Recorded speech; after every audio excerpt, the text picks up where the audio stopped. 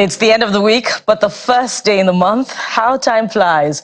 See how 2024 just gradually crept up upon us and is wrapping up. Well, it's a good way to start. Good morning and welcome to your perfect day starter right here on Channels Television. I am Bukola Koka, and of course I have my little older brother here with me, Jeffrey. Hi, Jeffrey. I don't even want to come into contention. I'm older than you. That's what's important. Welcome to the program. I'm Jeffrey Uzama. It's the very first day of the month of November. And before you know, I didn't get that wrong, Jeffrey. 2024 will be over. Not 23. Yeah, I had to pause a little bit to be sure. But it's Friday. We forgot that it's Friday as well. It's a weekend. So it's the weekend edition of the program. And we do promise to bring you up to speed with what's going on. And a lot is going on in the political color. Quite a lot. One of the things that caught my attention is this, I don't know what is going on with the governors. Most of the time we focus on the presidency and the president and the ministers. I think if we check the governors as much as we check the presidency or the presidential level of things at the executive level, I think Nigeria is going to be better. Somebody brought to our notice how you really don't see, apart from places like Kano State that, they're having court cases with the issue of Ganduje and the issue of allegations against him. You really haven't seen states hold themselves accountable, just like we try at the federal level where the EFCC holds federal authorities to account. Whether they are successful or not, it's a different kettle of fish. But at least they move to hold people accountable. And I totally agree with the individual, because a lot of corruption, wide-scale corruption, crazy corruption happens at the subnational level. But who is going to hold the governor to account when he has a successor he put in place, and that successor has another successor? So it's just one form of, I don't even know how to describe it at the end of the day. But I know we're talking to budget yesterday, Bukola, and the gentleman... 2 days ago. 2 days ago. The gentleman talked about the issue of governors building airports. What is it with governors and building airports? We said it time and again. The MD of FAN came here and told us, out of the 21 or 22 airports in the country, just about 3 are economically viable, are productive, like they can survive. They are doing business. The rest are on life support. The rest are literally on life support. And some people are still trying to build airports. Why don't you build some things that are quite productive first? Because it feels to me that these states that are building airport, they're just building airport for the big men. More like, okay, why do I have to travel to my neighboring state to fly down to my state just for bragging right? Airport is not about bragging right. It's an economic venture. And this has to stop, in my view. Well, Jeffrey, you may have, set us on a trail of a journey that, we may just keep going in terms of discovery, in terms of what we will find out. Just 2 days ago as well, we had, a guest who told us that the budget the budgetary allocation to the office of the governor in a particular state, of course, he withheld names, is higher than what was allocated to a sector as critical as health. The other day, I was watching a video, pictures don't lie, right? On one of the social media platforms of about 8 flyovers that have been built in a particular state. And if you counted 10 years down the line, human traffic, population growth will not meet the requirements of that bridge. And we've seen that time and again in our political and developmental trajectory, where governors invest in infrastructure rather than in human capital, such that you wonder what the justification for this is, because when you even do, an assessment tour of some of these states, development is very, very minimal, such that sometimes you're traveling across some certain states and you have a feel that you're traveling along, a line of villages rather than a state that is developed to meet the needs of a knowledge-driven economy, particularly in this state and time where we find ourselves in. So we must reflect on what our goals are as a nation, what our mission is as a nation. We're talking about the Sustainable Development Goals. What kind of world do we want to leave for the generation that is coming after us? So we could go on and on. But for Jeffrey, for me, some of the high points of this week would be, we started off by reflecting on the challenge in the oil sector, where marketers say that about 10,000 of them may withdraw as a result of a significant drop in consumption of petroleum products. But that contradicted again with the planned importation, which may have arrived this week, of about 42.3 million liters.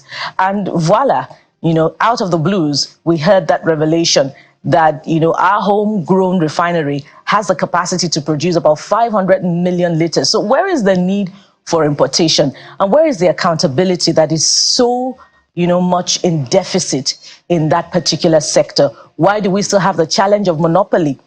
And not long afterwards, Ipman came and said, yes, on a sister political program on this platform, that, they're wondering why Dangote can claim that its refinery has 500 million liters, because they have been parked, according to instructions of the NNPC, at that refinery, and they've been unable, to load petroleum products. So what is happening in that regard? We can move away from that aspect of development to look at institutions. We started off somewhere along the week, we talked about, that challenge of contradictory court judgments coming from coordinate courts of jurisdiction. And just 2 days ago or yesterday, we had that court judgment again on River State, ordering the CBN to stop allocation. Jeffrey, I could go on and on about the challenges that we must reflect on as a nation.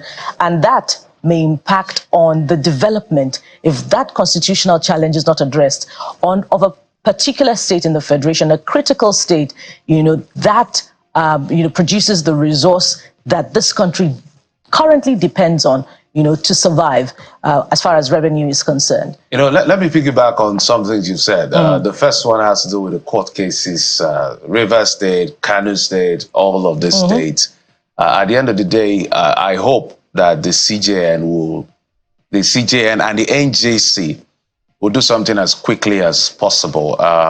Sometimes, the judges, their cases will come to them, they will adjudicate, they will preside over these cases. Sometimes we feel certain cases should be struck out, dismissed, or heard. It's neither here nor there. I don't even want to comment on it because some of these cases are subject of adjudication. Some that were ruled on are even on appeal. So the CJN, the new CJN, Kudirat Kirkerekum, her Lord Justice, she has to do something. And she said, look, she's disciplined, she's incorrupt, she's not corrupt and all of that. This is time to stamp our authority. This is time for National Judicial Council, because it's an institutional problem, not just an individual problem. She can't do it all by herself. To call this, from conflicting court orders to issues of hearings outside jurisdiction or ruling outside a judge's jurisdiction.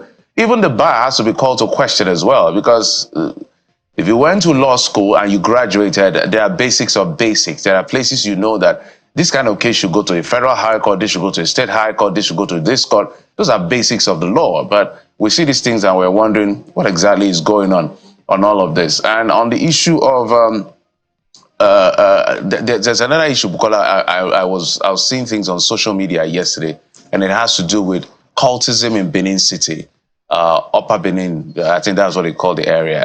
If you're on the social media, you've been hearing a lot of things going on in that city, and I think this is the time to call the governor to step in, because I don't know what is going on, but it feels like the Edo people or the Benin people who live in Benin City are now used to these court clashes. And people will tell you, avoid Upper, avoid Upper. I think there's a place called Upper Benin and all of that. So cultists, court activities, killings and all of that. We don't know how many people have been killed and all of those things. So we want to appeal to the government to step in. These are young people, sometimes misguided, who are taking their lives. That's why the government is there to do something. I know his tenure is about to end, but within the last period of his tenure, cultism has been a problem in Edo State, especially Benin City. Let's hope this is curtailed so that people don't lose their lives. We're going to the festive period and the Yuletide. People should stay alive and not just killed recklessly at the end of the day. Bukola, what do you have? Yeah, and Jeffrey, just to wrap up on that, these issues are manifestations of a bigger underlying problems, which speaks to, how our priorities are not right as a nation. But what do we have for you this morning? Quite a lot. We're starting with politics, the Ondo election to be precise. We'll take a look at the preparations of the electoral umpire and political parties ahead of the Ondo state governorship election, off-cycle election, by the way, as well as the ongoing debate over the state's resident electoral commissioner's position. Well, so some are calling for her to be transferred. Others are saying, oh, we're good with her. IPAC is actually saying we're good with her. Why do you want to remove her? But the PDP seem to disagree. So if she presides over the election, it should not be free and fair. But beyond that, we're talking about that image you see on your screen. That used to be affordable, reachable for anybody, no matter how poor or did not haves could be. But right now, it's a luxury. That egg right now costs between 200 to 300 naira, depending on where you're living and where you're buying. When and how did we get here? The sellers, the marketers, and the farmers that are involved will be talking to us as to why the prices of egg continues to soar in the market. And apart from that, it's Friday, and it's been quite a while since we had a fitness session. So this morning, it's Fitness Friday, and we're getting it right with dance aerobics. That's my favorite part. See all of that breaking back. Like Jeffrey, I really don't enjoy it, but dance aerobics is it for us this morning. And we have an expert coming in to give us a unique slant to dance aerobics. We won't reveal it all right now, but stay for that segment. And so, you are the third anchor on the show, so we're expecting to read from you, and that's my favorite part, to read all of your humorous and sometimes, many times, concise messages. So start typing already and go to hashtag CTV Morning Brief on X, where you post your messages on all of these big stories.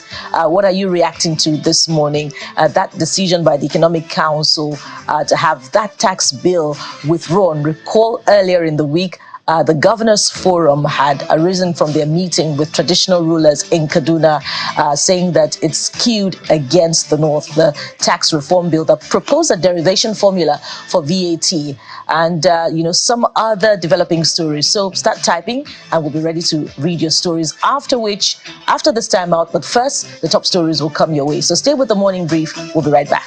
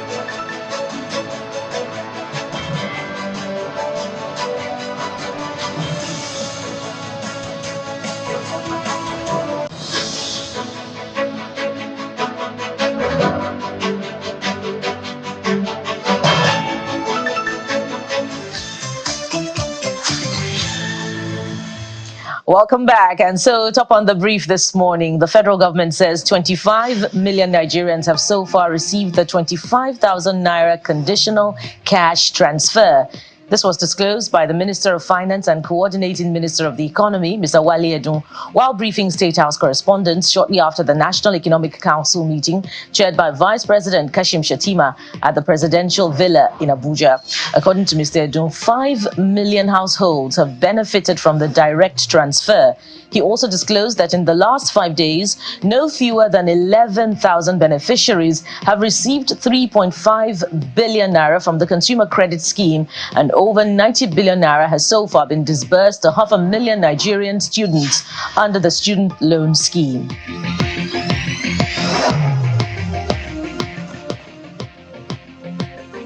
And the National Economic Council has expressed reservations over the tax reform bill forwarded by President Bola Tinubu to the National Assembly and has called for the withdrawal of the bill. Speaking after the council meeting, Governor Seyi Makinde of Oyo State and NEC observed that adequate consultations needed to be made to get the views of stakeholders, including the state governors, to ensure that the law is favorable to all Nigerians. The bill was forwarded to the National Assembly based on the report and recommendations of the Presidential Committee on Fiscal and Tax Reforms set up by the President to help boost revenue generation in the country. And staying with the tax reform bill, the presidency has clarified that contrary to the submission of the Northern Governors Forum, the bill is not targeted at the 19 northern states. In a statement signed by the presidential spokesman, Mr. Bayo Ononuga, the presidency says the new proposal, as enunciated in the bill, is designed to create a fairer system that will benefit all states, and that the ongoing tax reform seeks to correct the inequity in the current derivation model as a basis for distributing VAT revenue. Recall that the governors of the 19 northern states had rejected the bill earlier this week, especially the proposed amendment to the distribution of value-added tax to a derivation-based model. According to Mr. Ononuga, the new policy initiatives are aimed at streamlining Nigeria's tax administration processes, enhancing efficiency, and eliminating redundancies across the nation's tax operations.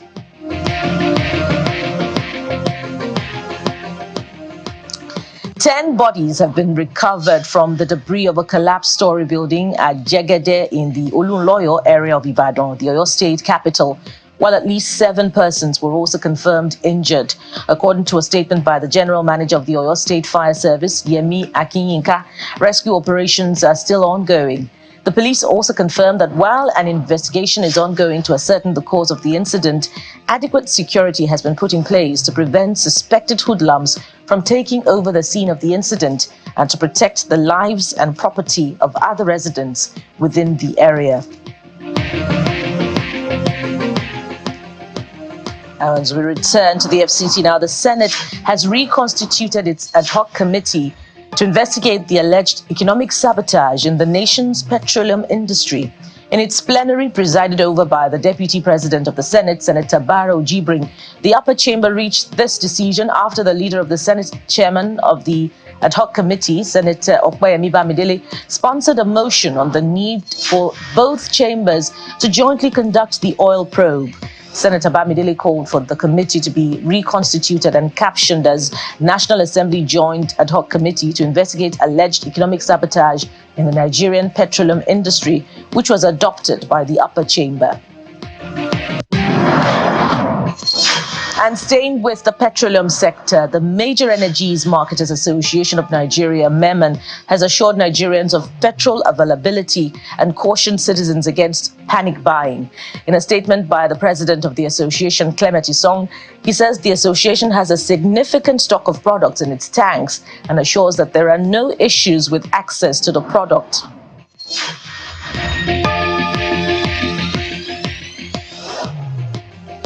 And outside our shores now, the president of Chad, Mohamed Deby, Itno is personally leading an army counteroffensive against Boko Haram after a deadly attack at the jihadist group on a military garrison earlier this week left around 40 people dead.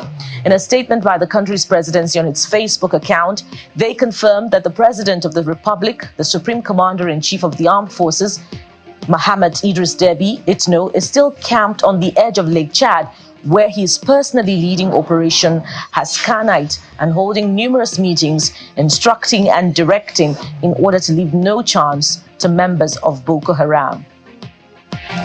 And in sports news this morning, Real Madrid La Liga match against Valencia has been postponed due to deadly floods. The game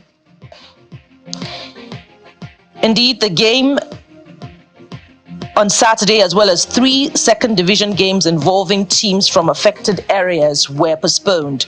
A moment of silence was held also in honor of the flood victims, which will be held at areas which will take place this weekend in Spain, including league leaders Barcelona's clash with Espanyol on Sunday.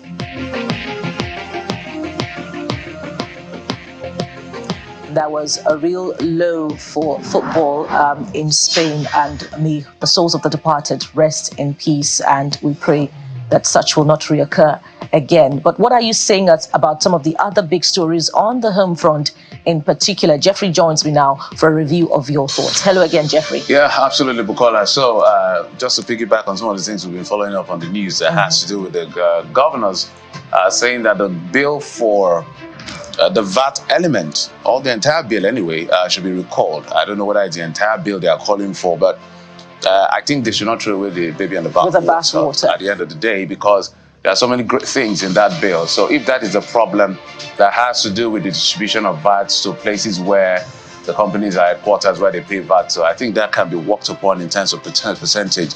The experts are explaining to us that it used to be 20%, just like 13% derivation. It was increased to 60%. And the northern governors feel they are skewed against them. But it's not, if you look at it critically, it's for every unproductive state. Perhaps the framers of the law want state to be viable so that they can earn more. But that's a big picture.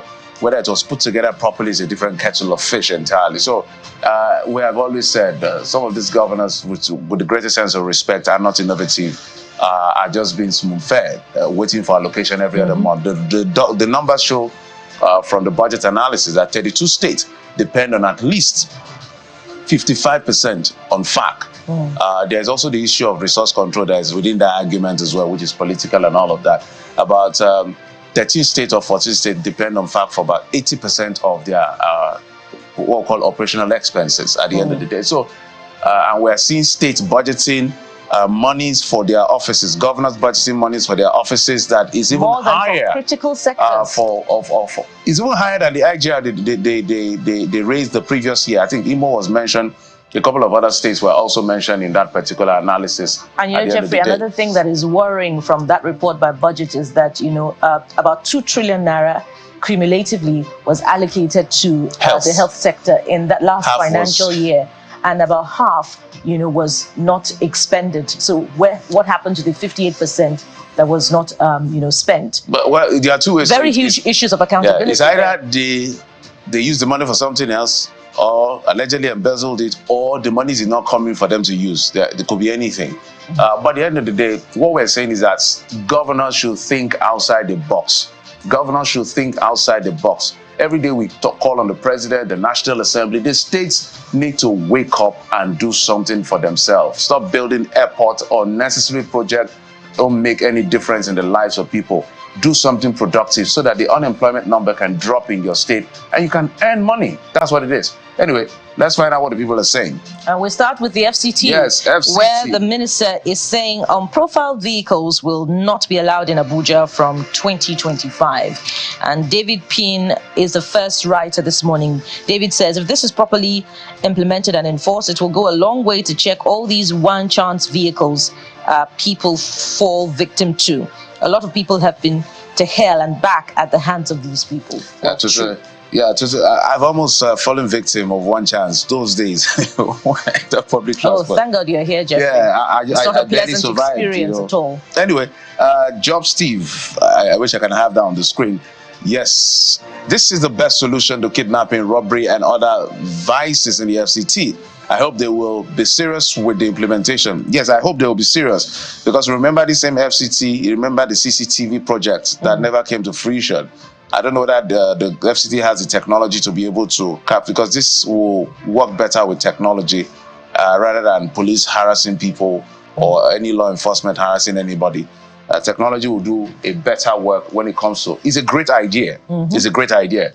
But technology will do a better work than human interferences. Bukola. Very correct, Jeffrey. And they must also balance that with capacity building to go after, I can't say it enough, articulated vehicles. They are just as much a danger to the lives of people on our roads as much as, undocumented vehicles. So capacity must be built, especially with technology, to find these 90% of the time erring industry and vehicle drivers, for their infractions and for killing and maiming people without recourse to the consequences. There has been very poor consequence management in that area, and people's lives have been lost needlessly over the decades.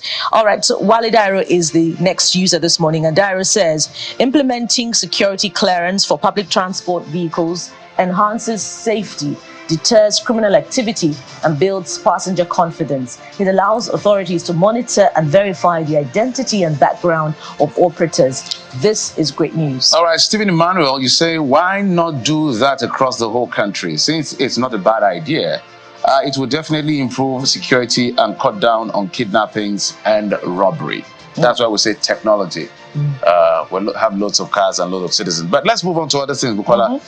Where the federal government says about 25 million Nigerians have received 25,000 naira conditional cash transfer. I'm not sure of what time to what time. I don't have the detail, but this is from the federal government. I know that when the federal government says things like this, the natural reaction of Nigerians is, please, where are these people? Where are they? When Edu was a minister of humanitarian. Edu, you mean? Dr. Edu. Dr. Betta Edu. Dr. Betta Edu was Minister of Humanitarian Affairs. I did ask her then when I interviewed her about some of these numbers, but it looks like publishing names is also a question of law, just to protect the dignity of the individual. So it's a very, neither here nor there, or a very fine line to go across. On one hand, Nigerians want these names published. I don't know whether it's published, maybe all of them or some of them. Others are saying, why publish names? These people are... No, but Jeffrey, if indeed Nigerians have been collecting 25,000 naira, initially the amount was 75,000 naira, by the way, so the figure has changed again. Wouldn't it be a huge talking point across social media devices of people, abuzz with the conversation about how they have received 25,000 naira? Well, yeah, it's supposed to be for the vulnerable and the vulnerable. So if you know someone who has collected 25,000 naira in your village, because villages, that's where we should be giving these people money. Villages, slums, places, people. There are people that really need help. They don't need motivation, they need help. Well, this is your reaction.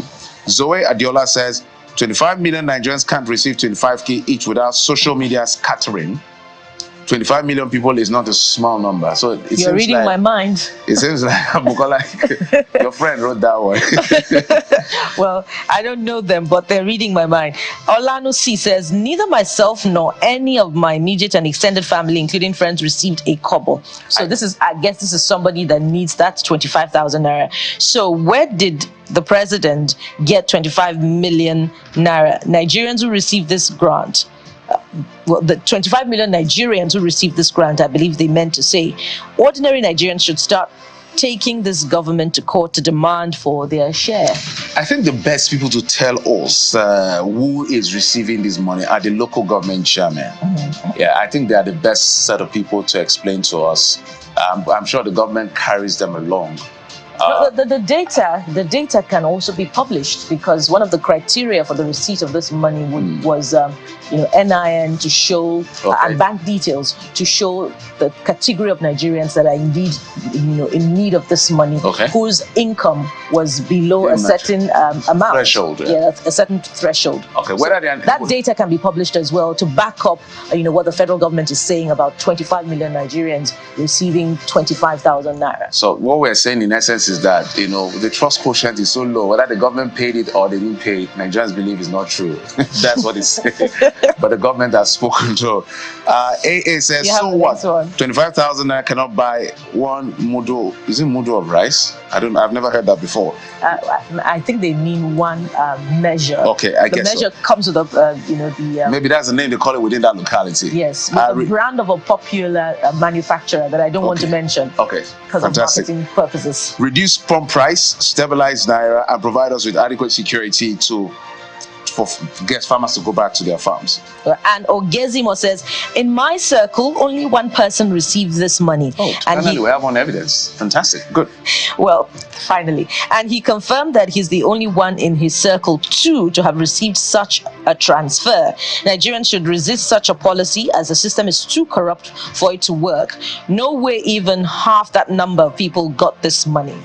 All right, let's move on quickly to the next one, where Kaduna State, which has just increased the salaries of their workers to 72. The threshold is, the benchmark is 70.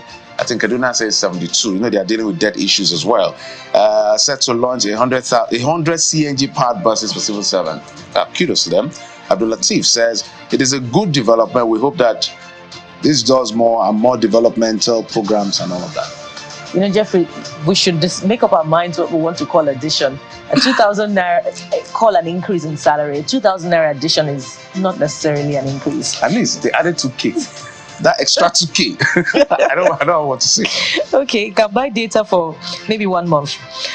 Mohammed Noor says, excellent initiative and highly commendable. However, are there designated bus stops, mapped routes, and modern ticketing systems? I would suggest a PPP model for operational efficiency, maintenance culture, and accountability. This is where I will commend Lagos. Although we believe that Lagos can do more, because you can't compare Lagos with any other state. You literally have to compare Lagos with any other big city in the world. The IGR is big. Lagos is a mega city. But this is where I commend Lagos. At least we have the BRT. I don't know how many states you will travel to and see things like BRT across the road. It could be more and all of that. So I hope that they do this correctly. Where it says, for me, this is huge. To launch 100 CNG buses for Kaduna civil servants. Should it be for just civil servants? Should be for citizens, maybe civil servants first. Bukola, you have the last one, so we'll go to the last. And Olaola is the last user who says, I don't think anyone needs to make subsidized transport that will be later abandoned and the buses will be out of buses in a few months from now. All they need to do is to create a good public mass transit system that is comfortable and affordable, properly maintained, and able to be improved upon, I believe. Yeah, just the Lagos model is a good one. You can take from there and improve on it. Nigerian reps advocate ban on alcohol sales in motor parks. I think every rational person should support this. This Calypso link says, this proposal raises important questions about enforcement and effectiveness. How do we ensure compliance without infringing on personal freedom? It's a complex issue that needs careful consideration. Well, I don't understand what is freedom. You're putting your life in the hands of a driver. So no matter where you go in the world, you shouldn't drink and drive. Simple rule. You're endangering your own life and the life of the people. So it's not about personal liberty now. It's about the security of safety of lives. Greg is the next user, and Greg says if they can pass it, it will help to reduce accident rates. Drivers should undergo alcohol tests before getting a driver's license. This is also needed. And what happened to the breathalyzers, by the way?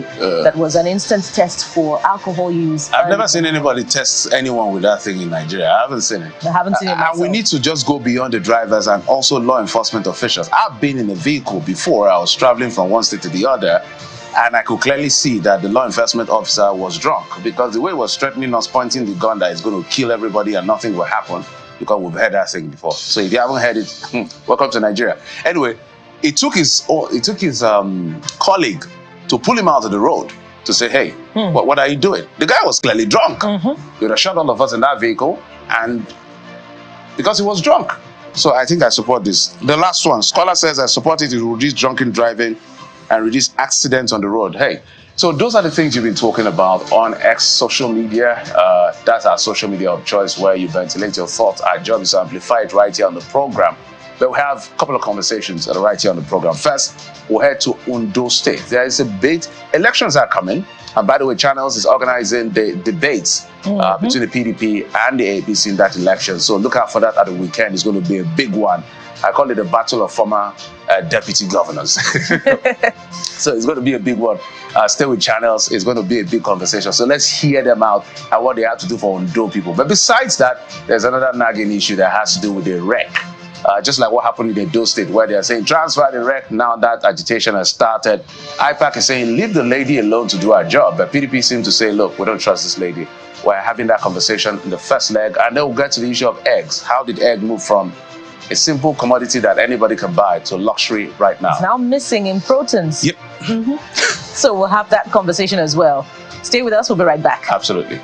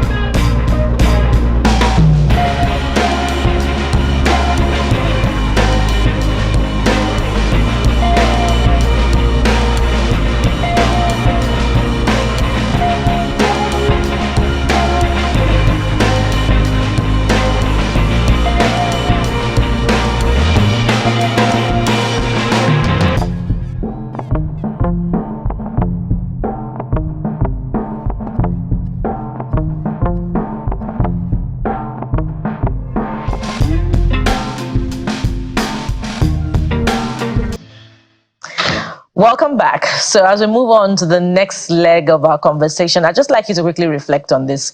It's that staple on your diet that, as an energy booster in the absence of carbohydrate. It's a simple embellishment, but it boosts your immune system.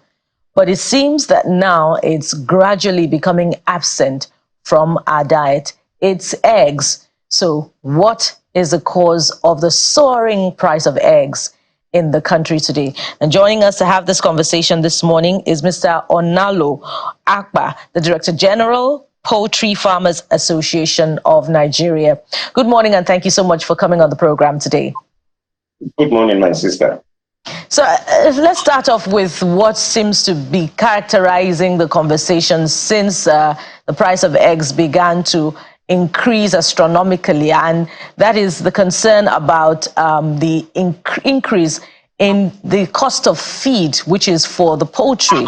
It's a bit of a concern, and it's curious, particularly because Nigeria is one of the largest producers of maize in the country. So what are the interventions that have been provided for poultry farmers since the farmers began to cry out over the increasing cost of feed for poultry?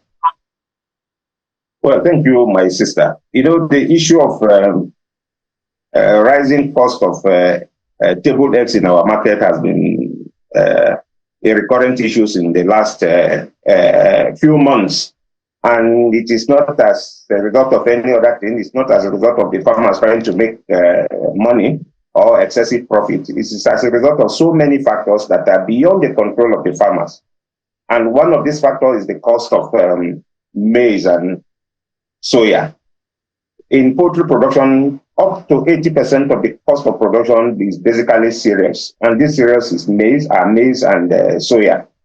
I'll give you an empirical price comparison.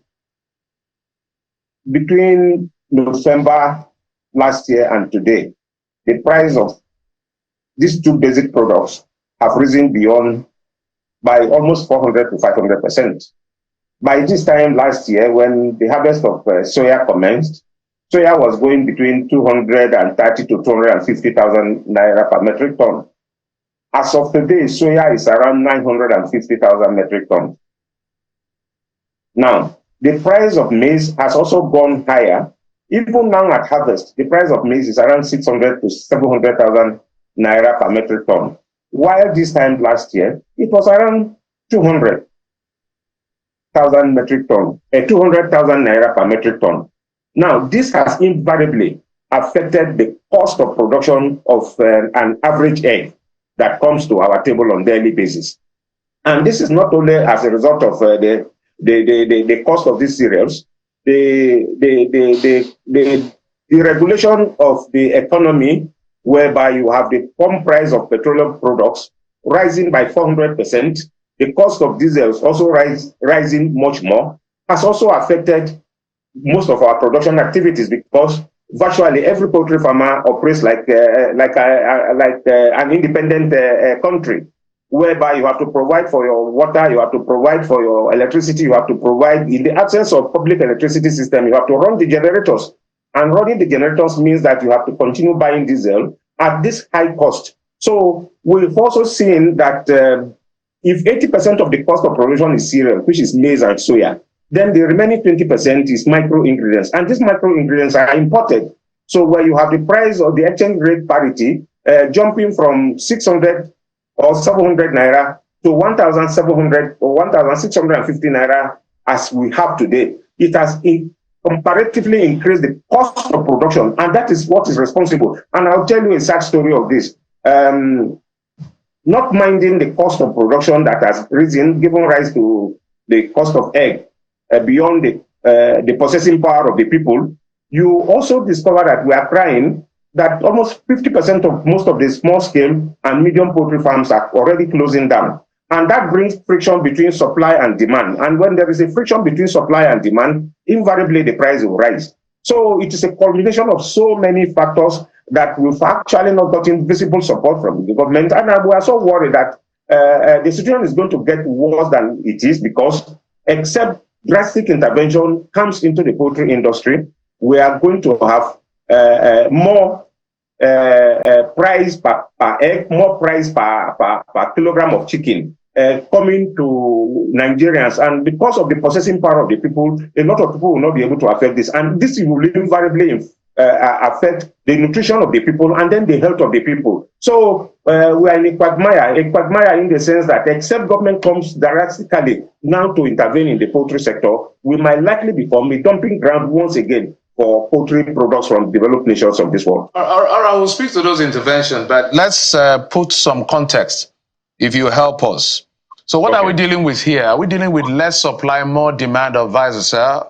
And how much is a unit cost? The unit cost, I mean, one egg averagely now, or a crate of eggs. So let's put all of this in context, because I know you've mentioned some production elements that are affecting this, from costs, the feed cost that has to do with soybean and maize, and of course transportation and fuel and all of that. But contextualize it for us so that everybody can relate in terms of reference. Okay, fine. Let me contextualize it. In contexting it, today, a crate of egg goes to between 5,500 or 5,200 farm gate price. In the market, it goes for 6,500, 6,700, depending on the market and the city. Now, people might see it as if at all the farmer is making profit. The farmer is not making profit. Most of the farms are surviving now because if you have 1,000, 5,000, 20,000, 100,000 laying birds, you can't just go and sell them because you cannot afford to feed them. So we need to sustain this production and then hoping that tomorrow maybe things might be improved. Now, the cost of production for an egg on the farm gate, at the farm gate, is around 4,900 to 5,000 naira per crate. You sell at 5,200, 5,300 at the farm gate price. The middleman buys them and take them to the market and sell between 5,700 and 6,000. Then it moves from one hand to the other. And as it moves from one hand to the other, everybody wants to make a profit. Now, the cost of feed today, a kilogram of feed goes as much as 1,000 naira. And then you have a broiler or you have a layer taking 215 grams per bed per day.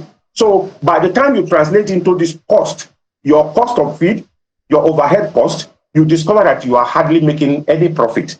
And it is because of this context of making no profit, no matter how efficient you are, that the small scale and the medium scale farms are shutting down right away. Because at the end, by the time they exhaust what they have, and then they could no longer feed the birds, they have no alternative than to sell the birds as meat. And the moment they do that, then the system shuts down. They will not be able to replenish the farm again with their old chicks to feed them to the point of laying. So this is the context of the whole thing. Now, a cost of 25 kilogram bag of layer mash today is going as much as 22,000, 23,000, depending on the formulation, either a super mash or it is ordinary layers mash. So then the same thing for broiler starter, the same thing for broiler finisher. So invariably, we are in a situation whereby we are now saying, look, the low-hanging fruit in the agricultural subsector today is the poultry industry. In situations whereby you can place your day-old chicks today, in 35, 37 days, you can have 2.3, 2.5 kilogram live weight of a chicken. And then you can sell them quickly, go back, restock. So that to us, with a population of 200 million people, with a school feeding program coming up where you could have 14 million primary school children taking one egg per day, or taking one egg per week for a whole month, for a whole year, it translates to a lot of things. And then how do we meet this demand if we continue to have a shrinking practitioners in this industry? And a lot of people are not coming with new investment. All right, Mr. Akpa. Yes. Yeah, I want you to speak to this. There are disclosures by the FCCPC, the Federal Consumer Competition Protection Corps, that big players in the industry have begun to dictate the price of chicks, which used to be 530 naira, about that range, to now 1,300 naira plus, which is part of the reasons that is influencing the skyrocketing price of eggs. And this is despite government's interventions for poultry farmers to bring down the price of eggs. I want you to speak to this. How true is this? And who are these players? Yeah. Let me put it in a proper context for Nigerians to understand. I read the report.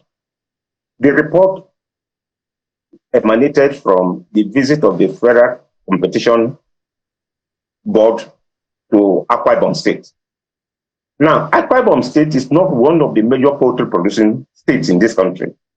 Now, if you have a supply system of day-old chicks into the market, you have a supply system of feed into the market, and big capitalists within the state decides to use their processing power to buy and then determine what they sell. To me, it is an issue that as an association we can deal with, because we have chapters in the various states of the federation. And when you want to compare what happens in Akwa Ibom State as one state out of the 36 plus one from the FCT, it is not what you can bring into a context. If you now say that the big people are now controlling the market, then I'll take you back to the green business. And we know when the problem started, when we have the anchor borrowers program and a lot of big players were given money to buy grains and aggregate. I'll tell you where the spike in the price of commodities started. Now, today we have people who have resources who buy commodities, hold them, and refuse to bring them out. If the government can deal with that situation, I think it will be better than to deal with pockets of few people, two merchants in Akwa Ibom State that possibly could be dealt with. So we can't bring it into the context of a generalized Nigeria as a nation. That is not happening. If the Akwa Ibom State chapter of the Poultry Association of Nigeria has reported to us, we would have weighed in to deal with that issue without going to the Federal Consumption Competition Board. So, but when we want to talk generally about the country, the government has to look at major aggregators of grain. Because people who are now buy more and put them, and they don't want to sell, and it is causing the spike in prices. And then a lot of people are also exporting soya that we are not sufficiently producing to export into this country. These are major issues that... Mr. Akpa, very quickly, are you saying also that it is untrue that government is providing interventions for poultry farmers in the area of feed and other supplies required for poultry production? Are you saying it's not true, or it's not far-reaching enough? We have never had any intervention, to the best of my knowledge, because I sit on the poultry industry in Nigeria. We have never had any intervention, major intervention. There could be pockets of intervention within the states, which can never impactfully be felt in the industry. We've never had any support. We've been writing, we've never had any visible support. Then there could be pockets of support where some states were allocated grains, and then those states decide to give maybe 10% of the grains to poultry farmers within their domain. To me, that is not an impactful intervention that will globally, that will nationally transform into a competitive price for poultry and poultry meat, for egg and poultry meat for Nigerians. Ms. Akpa, it was interesting, and I wish the government was here to defend themselves, because we hear these things, we hear this either an appropriation or intervention, and then when we talk to the people on ground like you, and we're hearing something else. But let's just piggyback a bit. What level of intervention is required to bring down the price of eggs? Because at the end of the day, what we're looking at is, how did we get to 200, 250, even 300 naira for an egg? How can we get it back to at least, say, 70, 50, 20, if possible, or is far-fetched? Yeah. What I continue to say, and I will say this, if you want to do an intervention, or if you want to do a policy, call the stakeholders. You are talking to me right away. I represent the entire poultry farmers in Nigeria. Call the stakeholders. What level of intervention do you want? If you now say this is the level of intervention, you should be able to know what is the total table eggs needs of this country in a year. Now, what do you need to produce at this rate? Now, if it is for meat, what do you need to promote? What do you need to produce at this rate? Then we'll now sit down on the table and agree on a particular intervention. And if those interventions has no visible effect in bringing down the price of these products to Nigeria, you sanction the farmers. We should have control mechanism whereby when government give intervention, we should be able to have monitoring and evaluation and see that the effect of the intervention... Mr. Akpa, that's why I'm asking you on live TV. They are listening, they are watching. Yeah. Maybe you highlight one or two as we wrap up. Create a poultry development fund whereby the interest rate of lending to farmers should not be above maximum 5%. A special poultry intervention fund, then give a target. If you give a target and you say, I want you people to produce at 3,000 naira per crate of a table egg, and this is what I want you to do. I'm going to give you lending, This lending is not going to be hoodwinked by bureaucracy. It's not going to be hoodwinked by insider abuses. Then we'll be able to produce. Now, today, the entire stock of grains in our strategic grain reserve is not up to 1 million in a country of 200 million people. Now, assuming we have 20-30 million metric tons of maize in the strategic grain reserve, you can now say, okay, fine, poultry farmers, I'm giving you 5,000, I'm giving you 5 million metric tons because we consume around 4 million metric tons of maize per annum out of the 12 million metric tons that is being produced annually. You haven't spoken of the family, the household use. You haven't spoken of industrial use. You haven't spoken of the industry, the cereal-based companies like Nestle. So if 5 million metric tons of maize today in your strategic grain reserve, you know, says, okay, I'm going to give it to you at 30%, 40% subsidy. Now produce your table eggs, produce your chicken at 40% below the price. Then we'll be able to do that. That is the basic intervention we want from government. You know, Mr. Akpa, I wonder if a poultry and a minimal interest poultry intervention fund will be sufficient, you know, to address these rising prices of the eggs. Maybe we'll be talking more about abundant production of maize, because in the first place, Nigeria is one of the biggest producers of that particular crop that is required for poultry production. But we must anchor at this point. It's an ongoing conversation. And I assure you, we're going to stay with that. We're totally out of time. We'll stay with it and return it in the future so that we can continue to reflect on it. Government at all levels will continue to reflect on it. We must thank you very much, Mr. Onalo Akpa, who is the Director General, Poultry Association of Nigeria. Thank you so much for your time on the program. A pleasure. Thank you so much. I'm honored. And after this time out, it's Fitness Friday. Get on your dancing shoes for that workout. We'll be right back after this time out. Stay with us.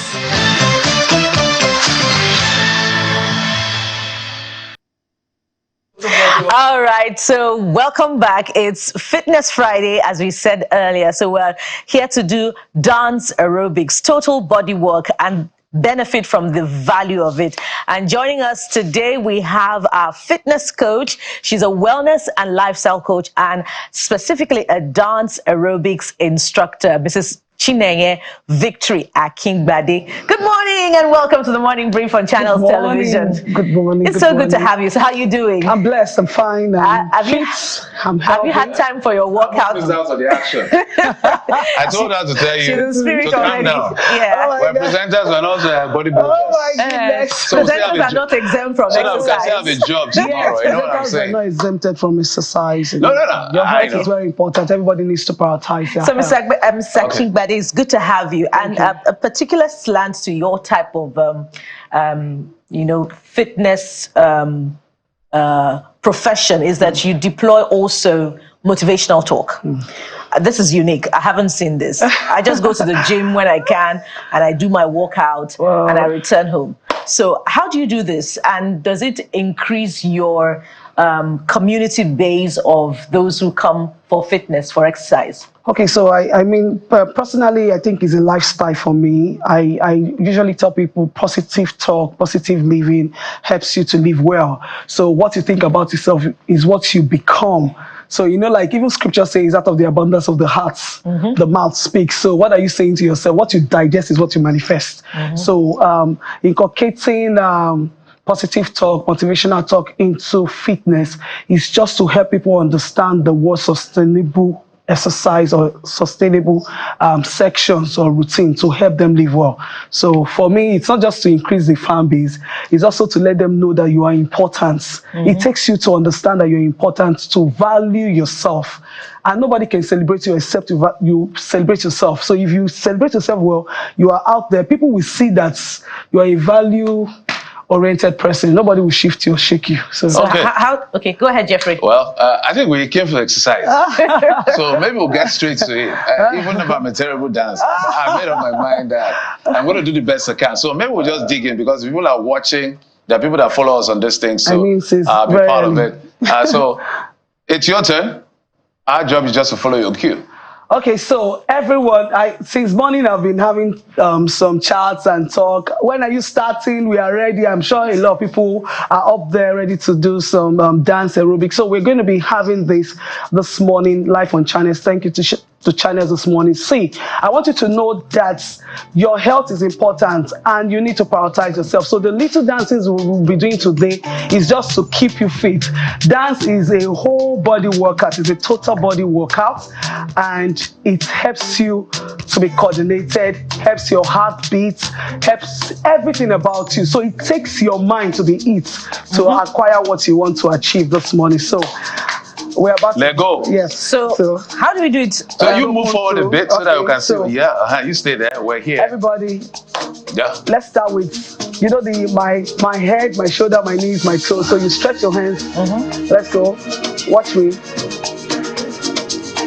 Let's go. Check it out. I told you it's a total body workout. So how do we apply the motivational talk part of it? I will be talking while we're doing this. Okay. Can you put your hands on the side? Let's go. Follow. Your health is important.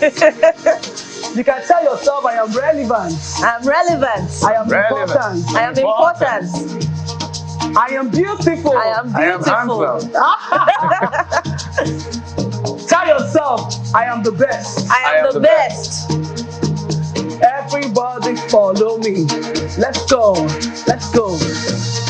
Dance is moving rhythmically to music, So you can't hear a sound and not react.